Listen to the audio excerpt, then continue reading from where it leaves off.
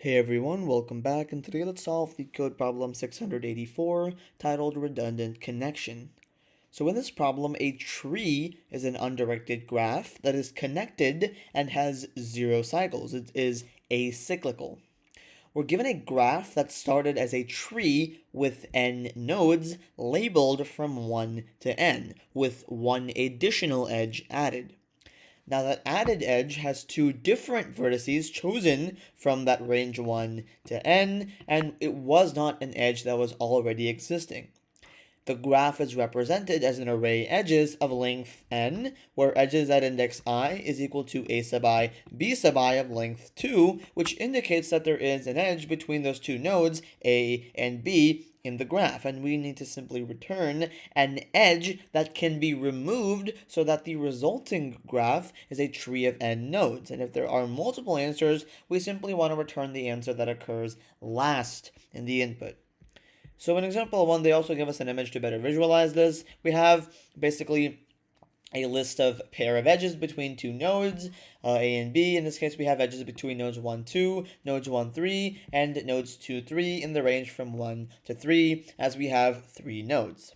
Now, in this case, our output is 2 to 3. Why? Because that is the redundant connection. That is the edge that we can effectively remove from this picture here, so that our resulting graph would then be a tree of exactly n nodes. Right? Basically, it would be an undirected graph that is connected and it does not have any cycles. And to do that, we simply have to remove 2, 3. We'd have no cycles. It would be a tree of 3 nodes, and it would also all be connected. In example 2, we have our edges to be 1, 2, 2, 3, 3, 4, 1, 4, 1, 5. These are the nodes that have edges connecting them to. And in this case, our redundant edge that we can remove, or our redundant connection between two nodes, would be 1, 4. That is the edge between the two nodes, nodes 1 and node 4, that we can remove to remove any cycles and still have our tree have exactly n nodes with being exactly fully connected. Because if you want to picture this, effectively, even if we remove this edge 1, 4, now we're not only removing the cycle of the square here, we're also still keeping the 4 connected via the edge 3, 4. Right? That's very, very important. Right? And also, if we removed any other edge in this graph, either we wouldn't have it connected, or we'd still have a cycle, either of which we don't want in our resulting graph. In this case, 1, 4 is hence the best edge to remove. That still keeps our graph connected, also removes any cycles, and also keeps it having exactly n nodes. In this case, that n is going to be 5. So for our constraints here, we see that m is going to be the length of our edges, and n is also going to be within 3 and 1000, or 10 to the power of 3. And we're also given that edges at any index i's length is always going to be 2, because of course exactly 2 nodes at any time would have to share a edge. We can't have 1 or 3 nodes that share an edge at a single edge. And also we're given that a sub I is going to be within the length of the edges in 1, along with b sub I as well. We're also given that a and b are never going to be equal because a node cannot have an edge with itself. And they're also given that there are no repeated edges in our input, and the given graph is also connected. So with that problem statement, constraints, and examples out of the way, I will give you guys a few seconds. I'm going to just go over this problem in your head and think of a valid solution. And then I'll show you guys how I would optimally solve this problem in a few seconds.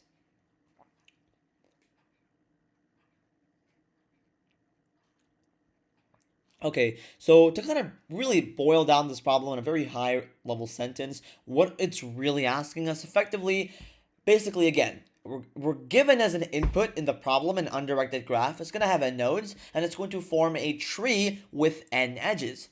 However, we don't want n edges, right? One extra edge makes it no longer a tree. It makes it either acyclical, right? Or non-connected, or doesn't have n nodes, something like that, right? And effectively, our goal is to actually find and remove that redundant edge. And actually, when we remove it, we actually result or make a valid tree, because we want n minus 1 edges to actually have a tree that follows these constraints with n nodes. Right? We want to remove one edge to go from n edges to n minus 1 edges. So n subtracted by 1 would give us n minus 1, which is equal to the number of edges we want in the resulting valid tree. That way we will have our tree to be completely connected, and also it wouldn't have any cycles. So what does that really mean? Well, that kind of leads us to our observation, right? A tree with n nodes has to always have exactly n minus 1 edges. If we add an extra edge, the graph would have a cycle. We're given a cycle as our graph. We want to remove that extra or redundant edge to get back to a valid tree, to remove that cycle in our graph. And that basically means that that extra edge is going to be the edge that completes the cycle in the graph. And so how can we solve this problem? You may or may not have guessed it. We can actually use the union find or the DSU algorithm to actually efficiently check whether adding an edge actually creates a cycle in the graph or not. And effectively, if two nodes are already connected in the DSU, then we know that adding that edge must have to form a cycle. So basically, for a high-level rundown, effectively, we're going to iterate through all the edges, and we're going to add them one by one to our union finder DSU data structure. And the first edge that actually tries to connect with two already connected nodes would be our answer that actually forms a cycle, right? Because we know we can't have another node trying to connect with a pair of nodes that are already connected, because that would form a cycle similar to what we saw in the second example with this node 4 here, right? So effectively, the way we're going to actually implement our solution using this union find or DSU algorithm, keep in mind DSU simply stands for disjoint set union as our data structure. Basically, we'll really be using two key functions or methods here. The find function to actually find the parent node or the root node of a node with the path compression. And we're also going to be using the union method, if you will, or function to actually connect two nodes if they're not already connected in our graph. So with the high-level rundown out of the way, let's go ahead and dive straight into the code here. So what I'm actually going to first do is actually create my parent array. I'll literally call it parent, and the way I'm actually going to initialize this, it's basically going to be every single I, or index I, for I in the range of the length of the edges. In this case, for Python, the second parameter, or our default parameter, is going to be exclusive, and so I'll pass in edges plus 1 to go up until edges, right? Because we know every node is going to be in the range from 1 to n, and so this is going to give us all the nodes and their corresponding values of the parent array, right? Each node is initially its own parent, and this basically is going to help us track the connected components. Okay, well, now let's actually initialize our rank array, right? A little bit simpler, it's going to be basically all ones, and its dimensions are still going to be the length of the edges plus that extra 1. All right. Effectively, this rank array is actually going to be used to optimize our union operations. Basically, on a high-level rundown, it actually helps us decide which tree to actually attach to which other tree, also making sure that our structure is going to be balanced, and also we reduce as many operations as we can possibly have, fully optimizing our solution. So now let's actually first initialize or define the find method or the find function with our path compression. So basically, I'm literally just going to call it find, so def find, and for its parameters, it's going to take in a parameter x, right? It's basically this helper function find, it's going to return the representative root of the set that contains x. Right? So the first thing here, basically the first conditional, if you will, in our find method here is if parent at the current node x, if it's not equal to x itself, what can we do? Well, that means x is not its own parent, and so we need to actually find its root. And so to do that, we'll get parent at x, and we'll set that to basically just be find, and we're going to pass in parent at x, right? Basically, again, if x is not its own parent, we're applying recursion here. Basically, we're recursively calling this find function, basically recursion again, on the parent x parameter to actually get that root and apply the path compression. Right? That's going to basically speed up our future lookups, right? That's going to kind of optimize the function using this find method, right? And effectively, once we're done recursively calling it, we simply have to return parent at x. Right? This is basically the entirety of the find method here, and really at the end of the day we're simply returning the parent x, and that's going to be the root of our parameter x, or our x node, right? So keep in mind, effectively again to reiterate, x is our parameter. X is the parameter node, and we're passing that as the parameter of our function and working with it with its root through the parent helper function. Okay? Now let's actually move on to our union function, right? Because that's the other method or function that we needed to use to solve this problem. So very similar, I'm going to call it union, so def union. Nothing too crazy here. And basically, it's going to take in this case, two parameters, right? It's actually going to be merging parameters x and y. It's going to actually merge the two sets if they aren't already connected, right? If they aren't already connected, we're going to merge the two sets x and y, right? And what I'm going to first do in this function here for every single call or execution of this function, I'm going to get the root for x, and the root for y. And the way these are actually going to be initialized, they're basically going to be, again, find at x and find, you guessed it, at y, right? Basically, the purpose and the function of these two variables, effectively, we're finding the root x, we're finding the root of x, and we're finding the root of y, and we're storing those root nodes in the root x and root y variables. Very straightforward, nothing too crazy there. Now, the first thing that we have to actually check with these two root nodes of that nodes x and y as our parameters, if root x is actually equal to root y, meaning they have the same root node here, so root y, we know we can immediately return false. But why actually is that? Well, that means both the nodes have the same row and both the nodes have the same root, and that would mean that adding that edge would have to form a cycle, and so we can immediately return false as that kind of redundant connection or that redundant edge. Now, if this isn't the case, if we haven't already returned false, now we actually have to check for the rank at these two root nodes for x and y nodes. So if rank at root x, so I'll call it like that, if that's actually less than the rank at root y, we know we can immediately set the parent at root x to then be incremented or updated to root y. Right? And the way this really works, effectively, if root y has a greater rank, we then have to kind of attach root x to root y. However, if this isn't the case here, and sorry, this should actually be an elif statement here. Sorry about that, guys. Now, another elif condition that we're going to have, it's very similar to the other one that we just discussed, basically just flipping this comparison sign. So in fact, what I can actually do is just copy and paste this section of the code here and put it right here. Now, in this case, the only thing that really changes here is I have to actually change this less than sign to be greater than sign. In this case, what we're really checking here is if the rank of root x is greater than the rank of root y, we can then attach root y to root x. Here we were attaching root x to root y. Here we're attaching root y to root x. Very, very straightforward. Nothing too crazy here. Very similar structure. And finally, for the else conditional, if we haven't actually passed in any of these, that means our ranks are equal. One is not greater, one is not less. They're not the same root nodes, and so we're actually going to have the equal ranks with different nodes. And so if that's the case in the else conditional here, we'll set parent at the root y to then be equal to root x.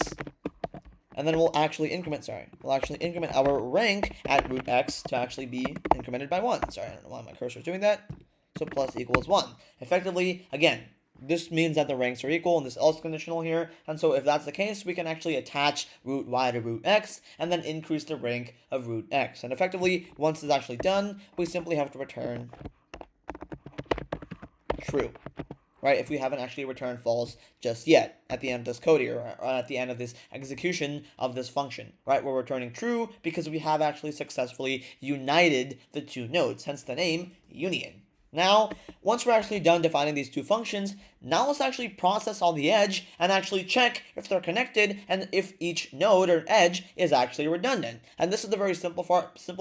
This is literally just the application of the two functions or the helper methods that we defined. Basically, let's just loop through all the edges here and check if they're redundant or not using our helper functions. So for every single u and node v in the edges, kind of unpacking here in Python, and every iteration, node u and node v are the second and first or a and b values for every single edge in the input edges, right? Iterating over every edge in the edges.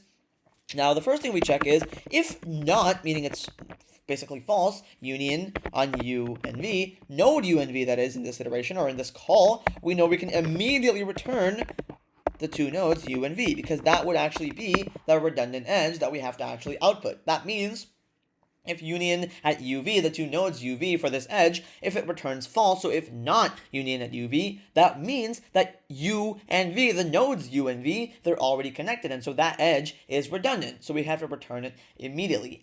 However, at the end of this for loop here, after we process all the edges, if we haven't returned any redundant edge, meaning not union actually never occurred, we can then return an empty list at the end. That basically indicates that we don't actually find a redundant edge, which technically should never happen per the problem constraints, because we're always given that there is going to be a redundant edge. In this case, we have to return an empty list if we don't find one, but we are given in this problem that we will be guaranteed an empty edge. So this really isn't too necessary, but I will have it just in case. And as you can see, if I were to submit this, this would actually be an accepted solution. Sorry, let's see what I did wrong here. Probably just a simple typo as such here. I for I in the range of the length of the edges. Sorry, yeah. So this should actually not be in the parentheses. Sorry about that, guys. Now this should be a valid solution. Now this should be accepted. Let's go ahead and check if it works real quick before we do anything else. And as you can see, this really is just about as efficient as you can get, the most optimal solution for this problem. So to kind of reiterate what this code actually does as a whole, effectively, we're actually using that DSU or union find algorithm or data structure. We're initializing the union find data structure. We're then iterating over all of the edges and adding them one by one or incrementally to our data structure, disjoint union set or disjoint set union DSU data structure. And then we have to actually check if adding an edge actually creates a cycle, meaning that the two nodes that we're trying to add or connect to, they're already connected. We can return that edge as a redundant one.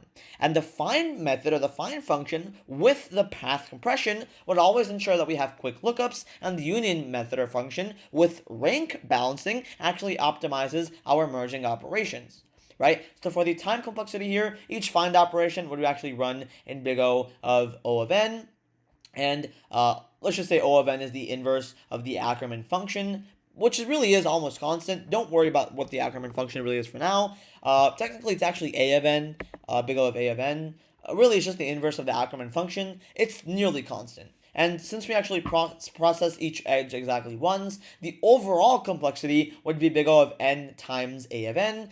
Basically, it's really just effectively big O of n, because big O of A of n is really just constant at the end of the day. For practical and logical inputs like Leetcode, it really just is a big O of n or linear time solution, fully simplified. And for the memory complexity, it's also going to be big O of n, because we are actually using the auxiliary memory or these extra data structures of rank array and the parent array. So our bottleneck or the fully simplified memory or space complexity is also a linear time big O of n solution, right? So to kind of reiterate, kind of better explain what path compression really is. Again, what path compression really is simply just an optimization technique. It's used in our find function of our union find, or basically DSU algorithm, right? Basically, on a high level rundown, it actually helps make the find operation much faster over time. Effectively, why we actually need it, basically, when we actually use the union find to check if two nodes belong to the same component, effectively, we're actually frequently finding the root of a node, and without the path compression, the tree representing our sets can actually become very deep, meaning it takes a lot of space, and that would make find of x take a big O of n time in the worst case. But what path compression does, it basically flattens the structure of the tree by actually making the nodes directly point to their root. And that would really drastically speed up the future find operations, making it a lot more efficient. So if you guys enjoyed the solution and learned something new, please consider liking this video and subscribing to my channel. And without further ado, I will see you guys in the next video. Bye bye.